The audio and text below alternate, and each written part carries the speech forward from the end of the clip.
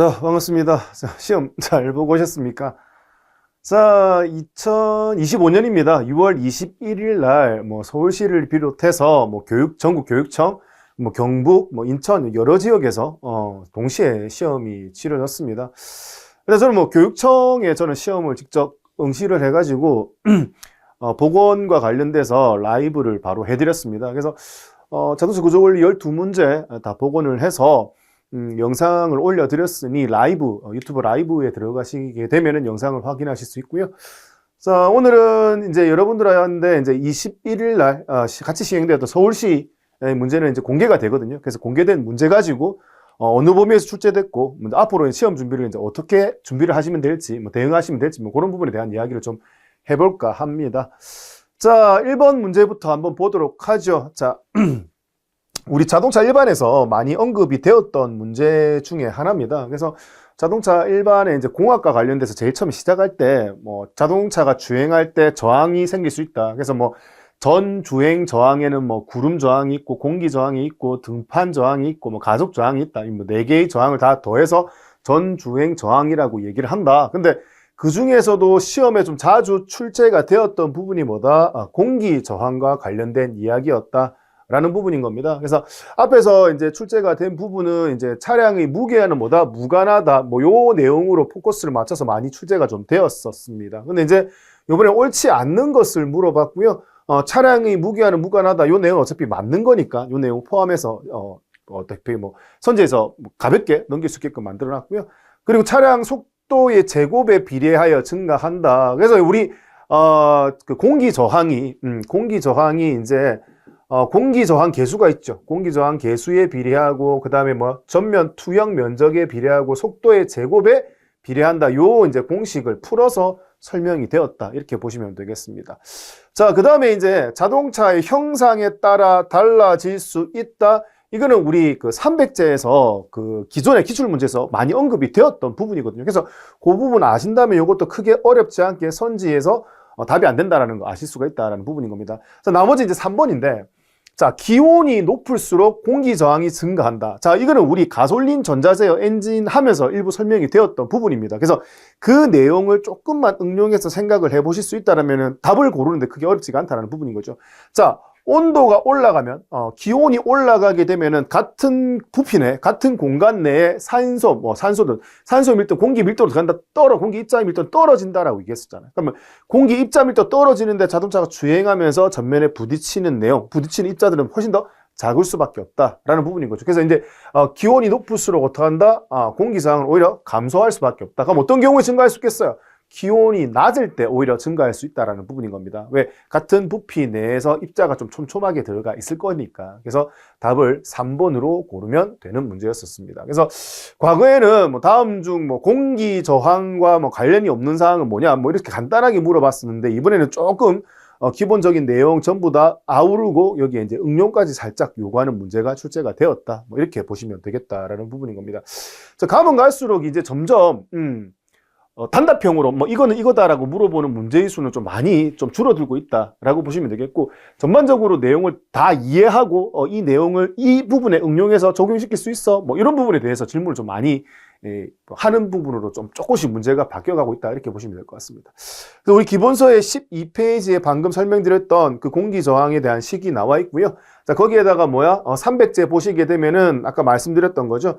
형상에 따라 저항이 달라진다, 이런 내용도 기존에 이제 2016 경기, 2021 경기 하반기 기출문제, 이것도 300제 단원별로 이제 문제를 요약한 거에 다 포함이 되어 있었다라는 부분인 겁니다. 그래서, 커리큘럼만 잘 따라오시고, 기본서 잘, 학습하시고, 강의 듣고, 그 다음에 300제 문제까지 풀었다면 크게 어렵지 않게 무난하게 풀 수 있는 문제였지 않나 싶습니다.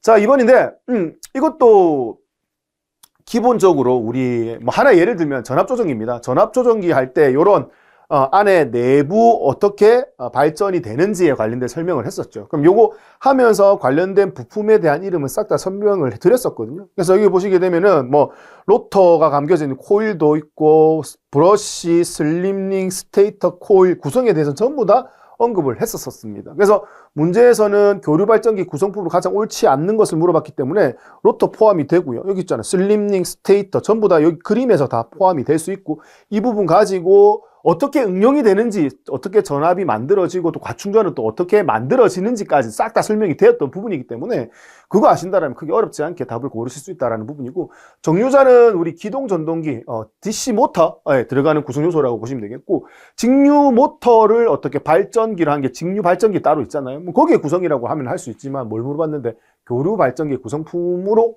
거리가 먼 것을 물어봤기 때문에 뭐 정류자를 답을 고르는 데는 크게 어려움이 없었을 것이다 생각이 됩니다. 그래서 이번 문제는 좀 평이하게 답을 고르실 수 있지 않았나 생각이 듭니다. 자, 3번입니다. CRDI죠. CRDI의 특성으로 가장 옳지 않은 것을 물어봤습니다. 고압으로, 그죠? 고압으로 다이렉트로, 커먼 레일 다이렉트 인젝션이죠. 그래서 이름에서 나오는 것처럼 고압 직접 분사 엔진이다. 어차피 연소실이 직접 분사를 하니까 뭐 1500바까지 올라가게끔 초배 이상도 올라가지만, 그래서 그렇게 고압으로 연료를 분사하는 직접 분사 엔진이다 관련된 이야기인 거죠. 자, 저소음 저공해 엔진이다. 저소음 저공해 디젤 엔진 시끄럽다고 얘기 들었는데 애매한 거죠. 그럼 일단 삼각형이나요. 조금 애매하다. 이 가솔린 비교해서 한 건지, 과거에 뭐 분사 펌프 있는 기계식과 비교한 건지 잘 모르겠으니까 일단 세모를 해놨다 치고, 그 다음 다음 선지 보는 거죠.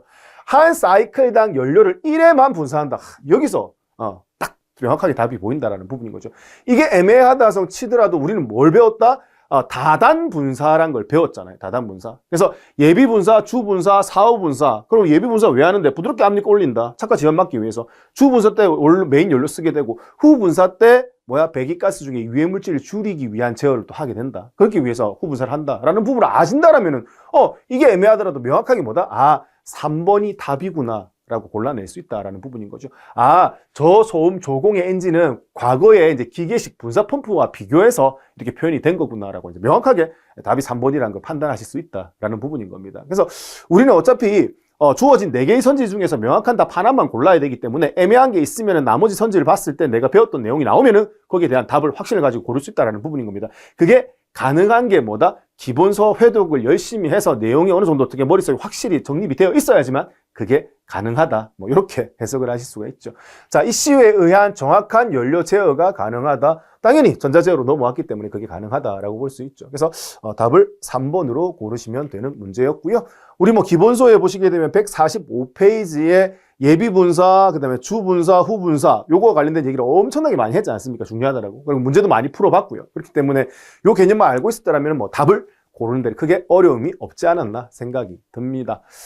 자, 그 다음에 친환경 자동차가 2문제가 출제가 되었더라고요. 그래서 친환경 자동차 첫 번째 문제가 뭐냐면 VCU입니다. 그래서 전기 자동차에서 전반적으로 제어하기 위한 장치 CU다라고 보시면 되겠고, 전력 제어 장치 안에 구성 요소라고 얘기를 했던 부분인 겁니다. 그래서 우리 기본서에 나와 있는 내용 그대로 선지가 나왔더라고요. 그래서 보시면은 우리 전력 제어 장치 안에 VCU가 있고, VCU가 하는 역할이 뭔데? 모터 구동, 공조 부하, 회생 제동, 그다음에 고전압 냉각 장치, 그다음에 클러스터, 계기판까지, 계기판 클러스터까지, 모든 전반적인 제어에 관여한다라고 되어 있던 부분인 거죠. 수업할 때, 인강할 때도 언급이 되었던 부분이고, 그래서 기본서 이것도 열심히 봤다라면, 고전압 배터리, 이건 배터리 매니지먼트 시스템 BMS 기능이구나. 딱 답 고르는데 어려움은 없었다라는 부분인 겁니다. 그래서 1번, 2번, 3번, 4번 무난하게 답 고를 수 있었고, 조금만 응용하는 부분만 있었지만 크게 답을 못 고를 만큼 어려운 문제는 없었다라고 봐지는 겁니다.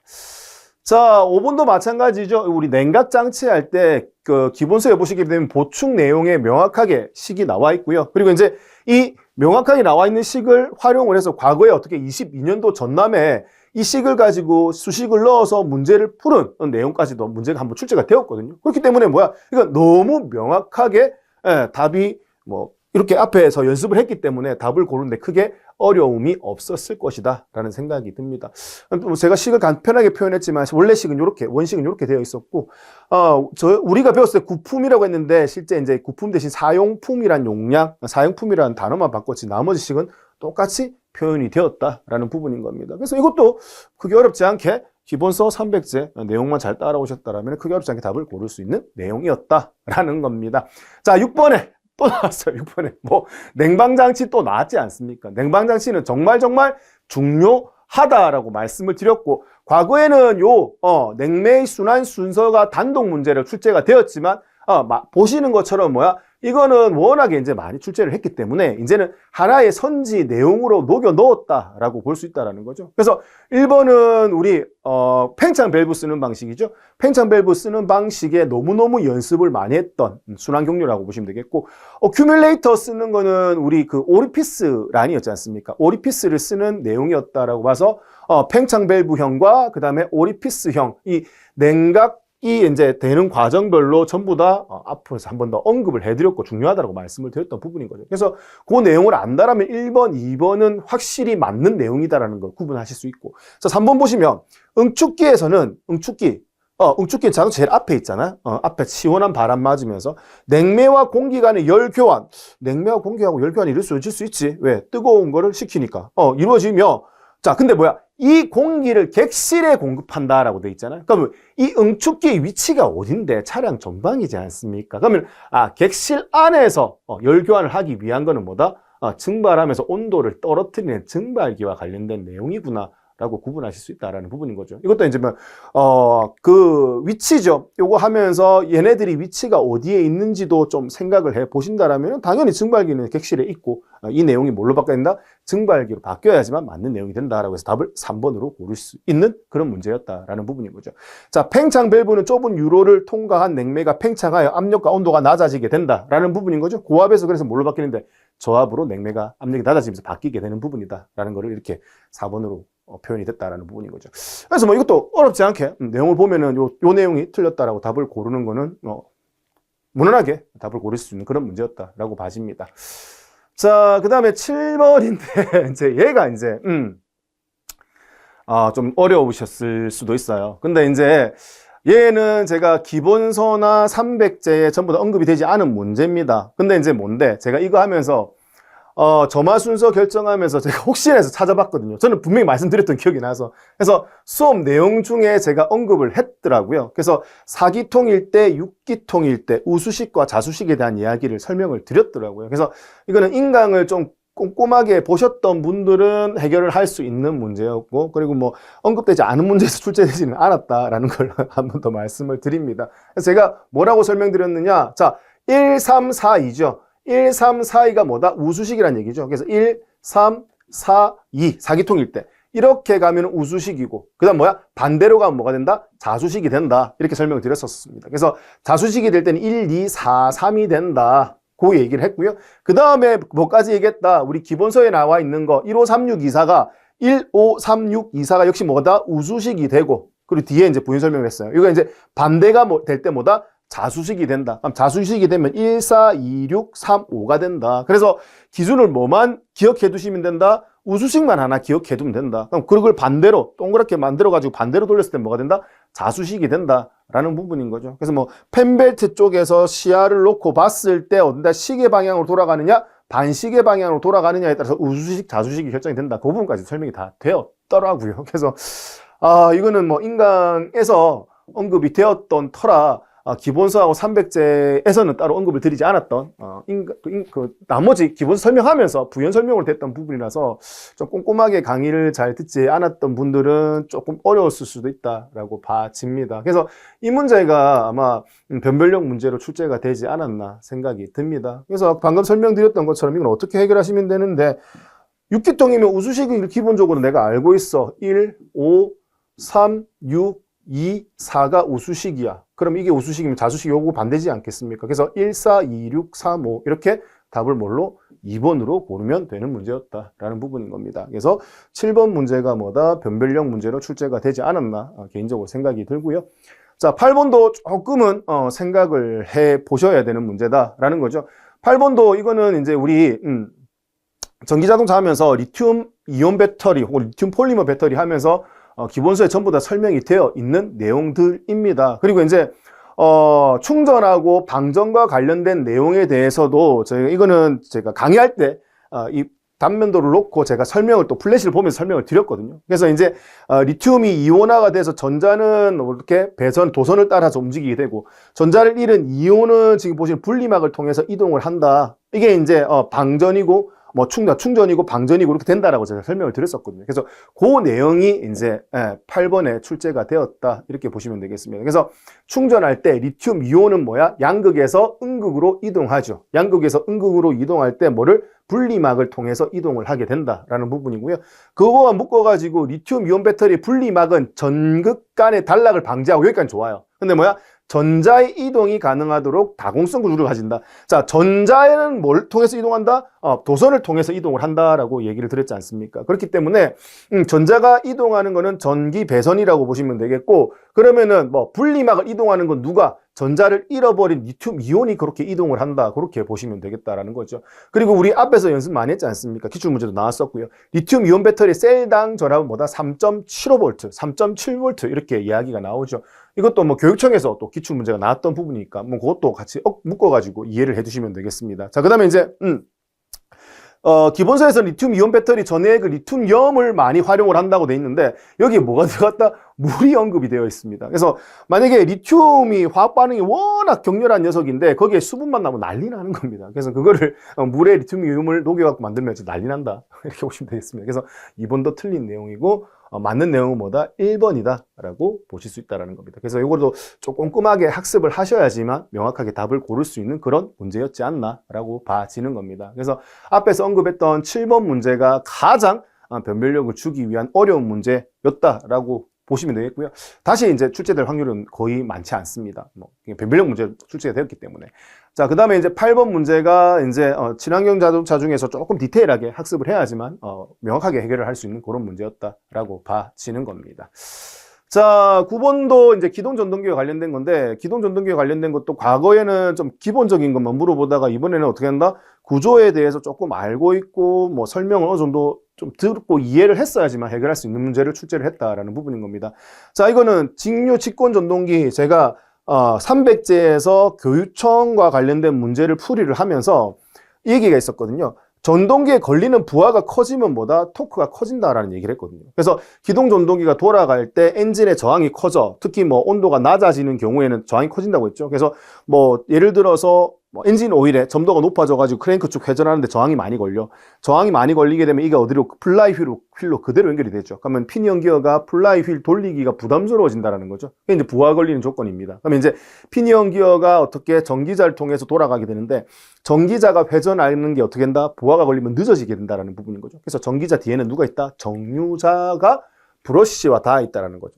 그럼 브러쉬, 정류자는 다시 정류자 편 쪽에서 얘기할 수 있고 정류자 편과 브러쉬가 닿아 있는 시간이 길어지게 된다. 회전이 당연히 부하가 걸리면 회전수가 느려지게 되니까. 그래서 회전이 느려지게 되면서 어떻게 전류가 흘러가는 시간이 커지게 되고 그 전류가 흘러가는 시간이 커지는 만큼 토크가 증대하게 된다라는 부분인 거고 이게 뭐다? 직권식 직류 전동기의 특징이지 않습니까? 그걸 이제 우리 앞에서 수업할 때 요구하면서 얘기를 했던 부분이거든요. 그래서 그 부분을 알아야지 어떻게 명확하게 문제의 답을 고를 수 있는 그런 문제였다라고 볼 수 있습니다. 자, 그래서 가장 옳은 것을 답을 4번으로 보시면 된다라는 거죠. 뭐 구조가 복잡한 거는 우리 직권, 분권, 복권이 있었잖아요. 복권이 뭐다? 구조가 복잡하다라고 볼 수 있고요. 회전 속도가 일정하다. 일정한 거는 뭐라고 했어요? 분권식 회전 속도가 일정하다라고 말씀을 드렸잖아요. 기동 시 회전력이 크고 기동 후 회전 속도가 일정하다. 기동 시 회전력이 큰 거는 좋아요. 근데 속도가 좀 떨어진다라고 했죠. 그런 부분에 대해서 회전 속도가 일정하다라고 표현했기 때문에 이것도 3번도 틀렸다라고 볼 수 있다는 거죠. 그래서 답을 4번으로 고르면 되는 건데 이것도 아까 말씀드린 것처럼 300제에서 문제 풀면서 언급이 되었던 그런 내용으로 해결을 할 수 있는 문제였습니다. 7, 8, 9가 좀 어려웠네요. 자, 그리고 이제 10번도 7, 8, 9, 10이 다 어려웠네. 그러고 보니까. 자, 내연기관 사이클에서 설명하는 것으로 가장 옳지 않은 것이 뭐냐라고 되어 있는 부분이고요. 이것도 기본서에서는 표현되어 있지 않지만 이것도 제가 인강하면서 이렇게 PPT 내용을 띄워가지고 수업하면서 설명을 드렸던 내용인 겁니다. 그래서 이렇게 이론적 연료율을 구하는 공식이 있고 이론적 연료율을 구하는 공식에다가 압축비를 하나씩 대입시켜가지고 압축비가 어떻게 한다? 커지게 되면 이론적 연료율은 어떻게 한다? 높아지게 된다. 근데 실제 실제 가솔린 엔진에서는 이거 이상 압축비가 더 이상 높아지게 되면 어떻게 한다? 조기 점화에서 노킹이 발생되기 때문에 무한정 높아지진 않는다라고 제가 표현을 해드렸거든요, 수업 시간에. 그 내용을 아신다라면 뭐야? 오토 사이클은 일반적으로 압축비가 증가할수록 뭐 연료율은 뭐다? 낮아지는 게 아니라 높아진다. 이렇게 해서 1번이 답이란 걸 고르실 수 있다라는 거죠. 자, 그 다음에 이제 2번은 밀러 사이클은 애킨슨 사이클 하면서 같이 얘기를 했던 거거든요. 우리 하이브리드 자동차에 내연기관이 들어가는데 이 내연기관은 전동 모터와 같이 일을 하기 때문에 그렇게 출력이 높지 않아도 됩니다. 그래서 어떻게 된다? 굉장히 효율적으로 운영할 수 있는 시스템이면 좋겠다라는 거죠. 그래서 뭐 기구학적으로 압축을 짧게 폭발을 길게 하는 게 이제 애킨슨 사이클 엔진이었고, 이 애킨슨 사이클 엔진 쓰려면은 이제 기구학적으로 부피가 커지고 불편하니까 어떻게 한다? 기존 내연기관 오토 사이클을 어떻게 좀 개량해서 만들 수 있는 거, 즉 밸브 타이밍을 가변할 수 있는 방식으로 압축을 짧게 폭발을 길게 만든 게 뭐다? 밀러 사이클이다라고 얘기를 했던 부분인 거죠. 그래서 이거는 우리 친환경 자동차에서도 언급을 했던 부분이기 때문에 이렇게 복합적으로 이제 문제를 많이 좀 심도 있게 물어본다, 이렇게 보시면 되겠습니다. 그래서 단편적으로 물어보는 문제는 지금 많이 줄었잖아요. 지금 보시면 거의 후반부에는 단편적인 지식까지 지금 풀 수 없는 문제가 되어 포진하고 있다, 이렇게 이해를 하시면 되겠습니다. 자, 디젤 사이클은 압축 착화 방식의 기관에 적용이 되죠. 그리고 정적, 정압. 그죠? 정압이니까. 디젤은 정압만 있잖아요. 복합이 아니기 때문에. 그 내용이고요. 이상적인 사이클과 달리 실제 사이클에서는 어떻게 된다? 흡배기 행정에서 당연히 어떻게 된다? 추가적인 손실이 발생이 될 수밖에 없습니다. 들어오고 나가고에 어떻게 와류도 생기고 손실도 생길 수밖에 없기 때문에 이건 뭐 그런 부분에 대한 이야기다라고 보시면 되겠죠. 그래서 뭐 나머지 2번, 3번은 명확하고요. 학습했기 때문에 4번이 애매하더라도 1번이 뭐야? 우리가 앞에서 배웠던 내용이기 때문에 답을 고르시는데 크게 어려움은 없었다, 이렇게 볼 수 있습니다. 그래서 일반은 운전자 일반에 지금 7, 8, 9, 10은 어려웠죠, 문제가. 굉장히 어려웠습니다. 근데 이제 지금 보훈청입니다. 보훈청을 보시게 되면은 1번에서 5번 문제까지 동일하고요.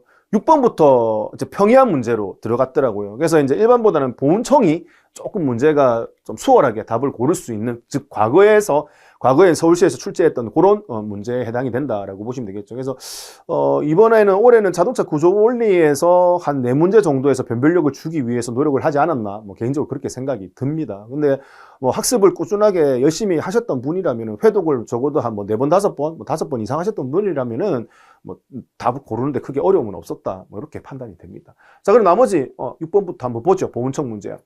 자, 윤활유의 기능으로 윤활유의 6대작용이 엄청나게 중요하다고 말씀드렸잖아요. 그게 또 나왔습니다. 그래서 이제 6대작용하면 아닌 거 뭐 방음작용이라고 쉽게 고르실 수 있는 그런 문제였고요. 자, 7번도 너무 쉬웠어요. 같은 친환경 자동차였지만 제가 수업 시간에 간단하게 구분할 수 있는 거, 전기를 모으기 위해서는 직류 배터리가 필요하고, 자동차를 구동하기 위한 구동 모터, 전동 모터는 교류 모터, 교류 동기 모터를 많이 쓰게 된다. 그러면 직류를 교류로 바꿀 필요도 있고, 회생 제동에서는 뭐다?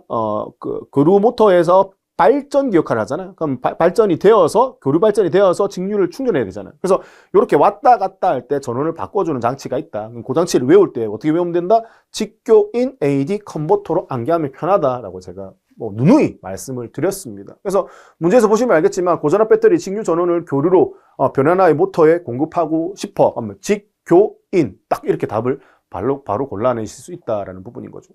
나머지는 뭐 이것도 많이 언급이 되었던 내용 중에 하나다라는 겁니다. 그래서 확실히 보훈 문제가 좀 쉬웠다라는 부분인 겁니다. 8번도 너무 쉽죠. 그래서 보기에 해당되는 게 뭔데? 압축이 올라갔어. 압축 올라가가지고 상사점이 올라갔단 말이에요. 그리고 뭐야? 점압 플러그에서 뭐 전기적 불꽃을 준다는 얘기인 거죠. 이게 뭔데? 동력, 폭발 행정이잖아요. 그래서 끝났지 않습니까? 그래서 8번 문제도 굉장히 좀 평이하게 답을 고를 수 있는 그런 문제였다라는 부분이고요. 윤활장치에서 유압이 높아지는 원인에 대해서도 우리 기본서에 명확하게 표현되어 있고, 이거는 제가 또 플래시를 통해서 구조학적으로도 충분히 풀어서 설명을 드렸기 때문에 이것도 무난하게 답을 고르실 수 있는 그런 문제였습니다. 딱 지금 1번, 2번, 3번에 나와 있는 내용이 그대로 선지에 맞는 내용으로 나와 있죠. 오일량이 부족하게 되면 공기가 빨려 들어가기 때문에 우리 라인에 공기가 차죠. 그럼 압력이 낮아지게 되지 않겠습니까? 그래서 답을 1번이라고 무난하게 고를 수 있는 문제였다. 자, 그 다음에 10번과 관련돼서 그나마 좀 어렵게 냈었는데, 삼원 촉매 장치는 우리 어디 썼는데? 가솔린 엔진에, 가솔린 전자제어 엔진에서 COHC, NOx 그 걸러내기 위해서 필요한 게 뭐다? 삼원 촉매 장치이지 않습니까? 그럼 디젤은 우리 CRDI 뒤에 보시면 알겠지만, CRDI 엔진에서 배기가스 유해물질을 정화하기 위해서 SCR, LNT, NSC라고도 얘기를 하죠. PM 저가장치, 그다음 DPF, CPF라고 얘기합니다. 그 다음에 디젤 산화 촉매장치, 사문 촉매장치가 아니라 뭐라? 디젤 산화 촉매장치가 들어가야 된다는 부분인 거죠. 그래서 아닌 것은 뭐냐? 답 1번으로 무난하게 고르실 수 있는 그런 문제였습니다. 그래서 보훈청의 문제는 뭐 과거처럼 그렇게 어렵게 출제가 되진 않았지만 일반 문제는 한 4문제 정도 변별력을 이용하는 문제가 충분히 좀 포진할 수 있었고 여기서 한 2-3문제까지 실수를 좀 유발할 수 있게끔 문제를 좀 구성했다라고 봤습니다. 하지만 앞에서도 언급드렸지만 커리큘럼 따라가지고 부지런히 노력하셨다라면은 뭐 만점 받는데 크게 어려움은 없었던 그런 내용이다라고 봐지는 겁니다. 우리 6기통 자수식 같은 경우는 뭐 한 문제 정도 틀릴 수 있지만 그 외에 나머지는 무난하게 다 맞출 수 있는 그런 시험이지 않았나 싶습니다. 기본서가 왜 중요한지 다시 한번 아시겠죠? 그래서 기본서도 좀 잘 보셔야 되고, 이제는 기본서만으로도 조금 부족하게끔 변별력을 위해서 문제를 출제를 하기도 합니다. 그렇지만 300제와 인강에서 충분히 커버가 되니까 걱정하지 말고 믿고 따라오시면 될 것 같습니다. 자, 그러면 2025년 서울시 출제 문제 가지고 해설 강의를 도와드렸던 이윤승 강사였습니다. 자, 수고하셨습니다.